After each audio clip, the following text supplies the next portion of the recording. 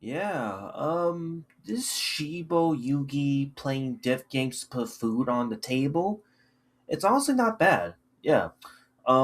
Yeah, brand new animates come out for the winter 2026 season by Studio Dean, which surprisingly enough, it feels like this might be the comeback season for Studio Dean themselves because as of late, Studio Dean has been giving us some pretty mixed results when it comes to dropping animes, and it's kind of no wonder that with this up and coming show that I'm watching right now, 4 episodes deep, I think Shibuyogi is a must watch show in my opinion, but I will point out that this is not a show for everybody at the end of the day, which I'll get into a little bit because the show is about as like cryptic but also I guess mysterious in a way, and it also requires you to really think and recapture like everything that's happened in the said episodes. And honestly, realistically, I was one of those people that wasn't crazy about the show when this first came out because I really was thinking like, okay, like what is the purpose of these characters? Why are they here playing these death games? After watching 4 episodes of the show, I feel like this was a bit of like a another anime type of moment, or maybe like a death parade type of anime to say, because the show does pull out like a lot of really good aesthetics in terms of its animation, its voice acting, and how it slowly but surely builds up all this info, and then during the final moments of the said moment, it leads you to this big twist of fate that no one could have saw coming. And right now, I have to say that I really do like the twists and turns of this show. I think that it's great. Again, I do think that one of the main criticisms about the show instantly would be the opening theme song animation, where apparently it's like you're just like watching the credits roll of everyone that's playing or who's starring this show, and it's just like they're shooting on the 3D freeway. And I'm like, okay, I'm really confused. How does this connect to the game itself? I don't know what's going on right now. There's even like some really small cell imagery with like how there's numbers being displayed every so often, like as it transitions to one scene to another. That also was a little confusing at the time.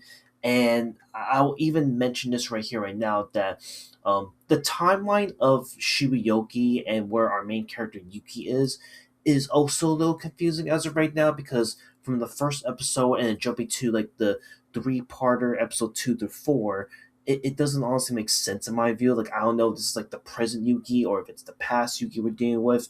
It's a little all over the place, and I just wish that they kind of explain to us like, okay, like what happened, like where was this timeline taking place in Yuki's time? Because again, Yuki's goal is to essentially win 99 games and wants to create this new world record, basically, which is cool, which is pretty interesting. It's like she's basically trying to play Squid Games, but 99 freaking times, at least from what I'm assuming is happening here in the show.